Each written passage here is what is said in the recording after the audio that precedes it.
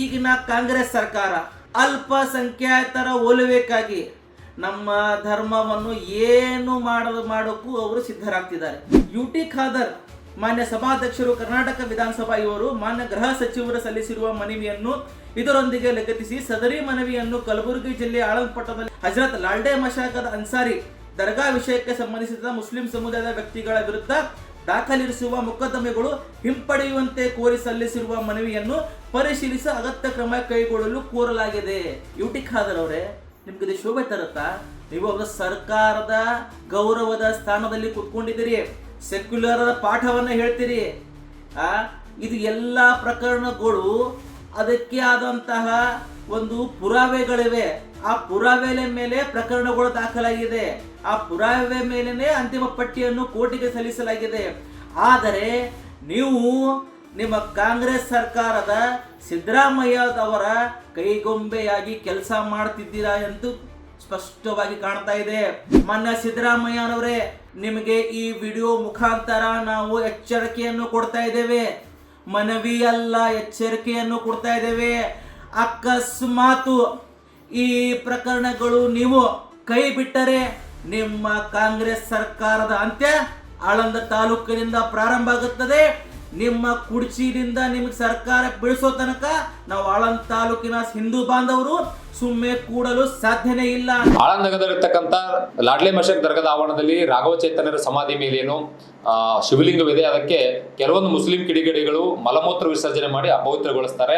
ಅಪವಿತ್ರವಾದ ಶಿವಲಿಂಗಕ್ಕೆ ಶುದ್ಧೀಕರಣ ಮಾಡಬೇಕಂತೇಳಿ 2022ರ ಮಹಾಶಿವರಾತ್ರಿ ದಿನದಂದು ಅಳಂದ್ ಚಲೋ ಎನ್ನುವ ಕಾರ್ಯಕ್ರಮವನ್ನು ಪೂಜ್ಯ ಸಿದ್ಧಲಿಂಗ ಸ್ವಾಮೀಜಿಯವರ ನೇತೃತ್ವದಲ್ಲಿ ಹಮ್ಮಿಕೊಳ್ತಾರೆ.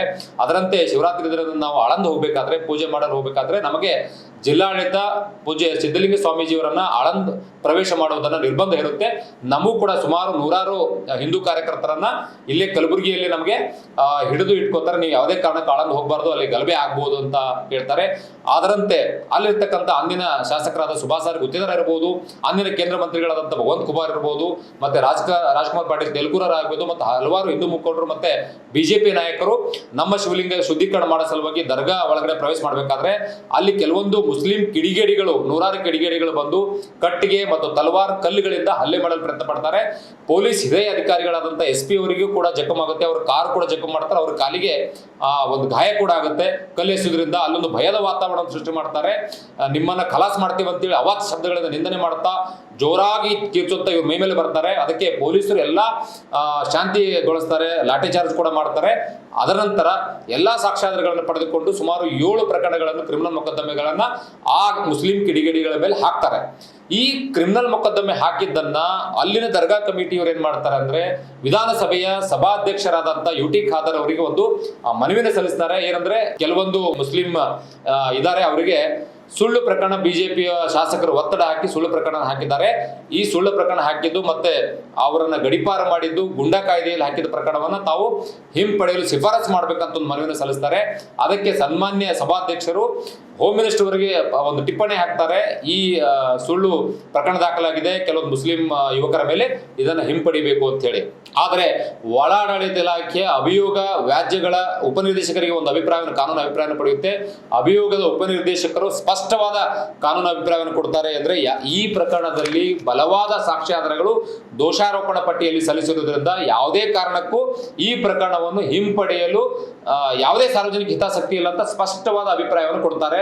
ನಾನು ಅಭಿಯೋಗ ಇಲಾಖೆ ಉಪನಿರ್ದೇಶಕರಿಗೆ ಸಮಸ್ತ ಹಿಂದೂ ಬಾಂಧವರ ಪರವಾಗಿ ಧನ್ಯವಾದ ಸಲ್ಲಿಸ್ತೇನೆ. ಯಾಕಂದ್ರೆ ಸನ್ಮಾನ್ಯ ಸಭಾಧ್ಯಕ್ಷರಾದ ಯುಟಿ ಖಾದರ್ ಅವರು ತಮ್ಮ ಸ್ವಜಾತಿ ಪ್ರೇಮವನ್ನು ಇಲ್ಲಿ ತೋರಿಸ್ತಾ ಇದ್ರು. ತಮ್ಮ ಅಧಿಕಾರವನ್ನು ದುರುಪಯೋಗಪಡಿಸಿಕೊಂಡು ಇಂಥ ಗಂಭೀರವಾದ ಪ್ರಕರಣ ಕ್ರಿಮಿನಲ್ ಮೊಕದ್ದಮೆಯನ್ನು ಹಿಂಪಡಿಬೇಕು ಅಂತ ಹೇಳಿ ಶಿಫಾರಸು ಪತ್ರ ಟಿಪ್ಪಣಿಯನ್ನು ಬರೀತಾರೆ. ಅಂದ್ರೆ ಸರ್, ತಮಗೆ ನಾಚಿಕೆ ಆಗಬೇಕು. ನಿಮ್ಮ ಅಧಿಕಾರ ವ್ಯಾಪ್ತಿನೇ ಬೇರೆ, ಕಾನೂನು ಅಡಿಯಲ್ಲಿ ಅವಕಾಶ ಇಲ್ದಿದ್ರು ಕೂಡ ನೀವು ಕಾನೂನನ್ನ ಮೀರಿ ನಿಮ್ಮ ಅಧಿಕಾರವನ್ನು ದುರುಪಯೋಗಪಡಿಸಿಕೊಂಡು ಈ ಟಿಪ್ಪಣಿಯನ್ನು ಬರೆದಿದ್ದೀರಿ. ಇದಕ್ಕೆ ನಾನು ಖಂಡಿಸ್ತೇನೆ. ಸಮಸ್ತ ಹಿಂದೂಗಳ ಪರವಾಗಿ ನಿಮ್ಮ ವಿರುದ್ಧ ಕಾನೂನು ಕ್ರಮ ಆಗ್ಬೇಕಂತ ಹೇಳಿ ನಮ್ಮ ಆಳಂದ್ ಹಿಂದೂಗಳ ಪರವಾಗಿ ಸನ್ಮಾನ್ಯ ರಾಜ್ಯಪಾಲರಿಗೆ ನಾವು ಒಂದು ಮನವಿಯನ್ನು ಕೂಡ ಸಲ್ಲಿಸ್ತಾ ಇದ್ದೇವೆ. ಆದರೆ ಈಗಿನ ಕಾಂಗ್ರೆಸ್ ಸರ್ಕಾರ ಅಲ್ಪಸಂಖ್ಯಾತರ ಓಲುವಿಗಾಗಿ ನಮ್ಮ ಧರ್ಮವನ್ನು ಏನು ಮಾಡೋಕ್ಕೂ ಅವರು ಸಿದ್ಧರಾಗ್ತಿದ್ದಾರೆ. ಆಶ್ಚರ್ಯವಾಗುತ್ತದೆ. ಯಾವ ಸಭಾಧ್ಯಕ್ಷರು ಈ ರಾಜ್ಯವನ್ನು ಜಕ್ಕೊಂಡು ಹೋಗ್ಬೇಕು, ಆ ಪೀಠಕ್ಕೆ ಗೌರವ ಸಲ್ಲಿಸಬೇಕು, ಅವರಿಗೆ ಆದಂತಹ ಮಾನದಂಡಗಳಿದೆ. ಅವರಿಗೆ ಇಲ್ಲಿನ ಲಾಲ್ಡೆ ಮಶಾ ಕಮಿಟಿಯವರು ಒಂದು ಲೆಟರ್ ಬರೀತಾರೆ. ಅದಕ್ಕೆ ಅವರು ಕೂಡಲೇ ಸ್ಪಂದಿಸಿ ಅವ್ರು ಏನ್ ಹೇಳ್ತಾರೆ, ಯುಟಿ ಖಾದರ್ ಅವರಿಗೆ ಲೆಟರ್ ಕೊಟ್ಟಾಗ ಅವರು ಮೊನ್ನೆ ಏನ್ ಮಾಡಿದ್ದಾರೆ, ಅಪ್ಲಿಕೇಶನ್ ಅನ್ನು ನಮ್ಮ ಹೋಮ್ ಮಿನಿಸ್ಟರ್ ಅವರಿಗೆ ಫಾರ್ವರ್ಡ್ ಮಾಡಿದ್ದಾರೆ. ಅವ್ರು ಏನ್ ಹೇಳ್ತಾರೆ ಒಂಚೂರು ಕೇಳ್ಕೊರಿ. ಯುಟಿ ಖಾದರ್ ಮಾನ್ಯ ಸಭಾಧ್ಯಕ್ಷರು ಕರ್ನಾಟಕ ವಿಧಾನಸಭಾ ಇವರು ಮಾನ್ಯ ಗೃಹ ಸಚಿವರು ಸಲ್ಲಿಸಿರುವ ಮನವಿಯನ್ನು ಇದರೊಂದಿಗೆ ಲಗತ್ತಿಸಿ ಸದರಿ ಮನವಿಯನ್ನು ಕಲಬುರಗಿ ಜಿಲ್ಲೆಯ ಆಳಂದ್ ಪಟ್ಟಣದಲ್ಲಿ ಹಜರತ್ ಲಾಲ್ಡೆ ಮಶಾಕದ ಅನ್ಸಾರಿ ದರ್ಗಾ ವಿಷಯಕ್ಕೆ ಸಂಬಂಧಿಸಿದ ಮುಸ್ಲಿಂ ಸಮುದಾಯದ ವ್ಯಕ್ತಿಗಳ ವಿರುದ್ಧ ದಾಖಲಿರಿಸುವ ಮೊಕದ್ದಮೆಗಳು ಹಿಂಪಡೆಯುವಂತೆ ಕೋರಿ ಸಲ್ಲಿಸಿರುವ ಮನವಿಯನ್ನು ಪರಿಶೀಲಿಸಿ ಅಗತ್ಯ ಕ್ರಮ ಕೈಗೊಳ್ಳಲು ಕೋರಲಾಗಿದೆ. ಯುಟಿ ಖಾದರ್ ಅವರೇ, ನಿಮ್ಗೆ ಇದು ಶೋಭೆ ತರುತ್ತಾ? ನೀವು ಅವರ ಸರ್ಕಾರದ ಗೌರವದ ಸ್ಥಾನದಲ್ಲಿ ಕೂತ್ಕೊಂಡಿದ್ದೀರಿ, ಸೆಕ್ಯುಲರ್ ಪಾಠವನ್ನ ಹೇಳ್ತೀರಿ. ಇದು ಎಲ್ಲ ಪ್ರಕರಣಗಳು ಅದಕ್ಕೆ ಆದಂತಹ ಒಂದು ಪುರಾವೆಗಳಿವೆ. ಆ ಪುರಾವೆ ಮೇಲೆ ಪ್ರಕರಣಗಳು ದಾಖಲಾಗಿದೆ. ಆ ಪುರಾವೆ ಮೇಲೆನೆ ಅಂತಿಮ ಪಟ್ಟಿಯನ್ನು ಕೋರ್ಟಿಗೆ ಸಲ್ಲಿಸಲಾಗಿದೆ. ಆದರೆ ನೀವು ನಿಮ್ಮ ಕಾಂಗ್ರೆಸ್ ಸರ್ಕಾರದ ಸಿದ್ದರಾಮಯ್ಯದವರ ಕೈಗೊಂಬೆಯಾಗಿ ಕೆಲಸ ಮಾಡ್ತಿದ್ದೀರಾ ಎಂದು ಸ್ಪಷ್ಟವಾಗಿ ಕಾಣ್ತಾ ಇದೆ. ಆದರೆ ಮಾನ್ಯ ಸಿದ್ದರಾಮಯ್ಯನವರೇ, ನಿಮಗೆ ಈ ವಿಡಿಯೋ ಮುಖಾಂತರ ನಾವು ಎಚ್ಚರಿಕೆಯನ್ನು ಕೊಡ್ತಾ ಇದ್ದೇವೆ. ಮನವಿ ಅಲ್ಲ, ಎಚ್ಚರಿಕೆಯನ್ನು ಕೊಡ್ತಾ ಇದ್ದೇವೆ. ಅಕಸ್ಮಾತ್ ಈ ಪ್ರಕರಣಗಳು ನೀವು ಕೈ ಬಿಟ್ಟರೆ ನಿಮ್ಮ ಕಾಂಗ್ರೆಸ್ ಸರ್ಕಾರದ ಅಂತ್ಯ ಆಳಂದ ತಾಲೂಕಿನಿಂದ ಪ್ರಾರಂಭ ಆಗುತ್ತದೆ. ನಿಮ್ಮ ಕುರ್ಚಿಯಿಂದ ನಿಮಗೆ ಸರ್ಕಾರ ಬೀಳಿಸೋ ತನಕ ನಾವು ಆಳಂದ ತಾಲೂಕಿನ ಹಿಂದೂ ಬಾಂಧವರು ಸುಮ್ಮನೆ ಕೂಡಲು ಸಾಧ್ಯನೇ ಇಲ್ಲ. ನಿಮ್ಮ ವಿರುದ್ಧ ಹಿಂದೂ ಜಾಗೃತಿ ಅಭಿಯಾನ ಪ್ರಾರಂಭ ಮಾಡ್ತೇವೆ. ನಿಮ್ಮ ವಿರುದ್ಧ ಎಲ್ಲ ಸಮಾಜವನ್ನು ಕಟ್ಟಿ ಕಾನೂನು ಹೋರಾಟ ಮಾಡೋ ಮುಖಾಂತರ ನಿಮಗೆ ತಕ್ಕ ಪಾಠ ಕಲಿಸ್ತೇವೆ. ಈ ಕೇಸನ್ನು ಮುಚ್ಚಾಕೋ ಪ್ರಯತ್ನ ನಡೆದಿದೆ. ಇದನ್ನು ಈಗ ಸ್ಪೀಕರ್ ಅವರಿಗೆ ಲೆಟರ್ ಬರೆದು ಸ್ಪೀಕರ್ ಅವರು ಹೋಮ್ ಮಿನಿಸ್ಟರ್ ಅವರಿಗೆ ಒಂದು ಲೆಟರ್ ಬರೆದಿದ್ದಾರೆ. ಆ ಕೇಸನ್ನು ಹಿಂಪಡೆಯಬೇಕಂತೂ.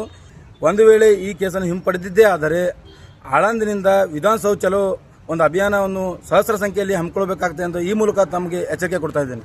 ಪ್ರಜಾಪ್ರಭುತ್ವದಲ್ಲಿ ಸ್ಪೀಕರ್ ಆಗಿದ್ದಂಥ ಯುಟಿ ಖಾದರ್ ಅವರು ಇವತ್ತು ಮುಸ್ಲಿಂ ಯುವಕರ ಮೇಲೆ ಏನು ದಾಖಲೆಯಾದಂಥ ಕೇಸ್ಗಳನ್ನು ಹಿಂಪಡೀರಿ ತಂದು ಶಿಫಾರಸ್ತು ಮಾಡ್ತಾರಂತಂದರೆ ಯಾವ ಮನೆ ಹಾಳತನ ಇದನ್ನು ಅವರು ಯಾವ ರೀತಿಯಿಂದ ಇವತ್ತು ನಮ್ಮ ಜನಾಂಗದವರಿದ್ದಾರೋ, ಇವತ್ತೇನೋ ನಮ್ಮ ಮುಸ್ಲಿಂ ಬಾಂಧವರಿದ್ದಾರೋ ತಂದು ಹೇಳಿ ಅಂಥ ನಿಟ್ಟಿನಲ್ಲಿ ಇವತ್ತು ಶಿಫಾರಸ್ಸು ಮಾಡ್ತಾರಂತಂದರೆ ಇವತ್ತು ನಾವು ಇದಕ್ಕೆ ಕೂಡಲೇ ಖಂಡಿಸ್ತಾ ಇದ್ದೇವೆ.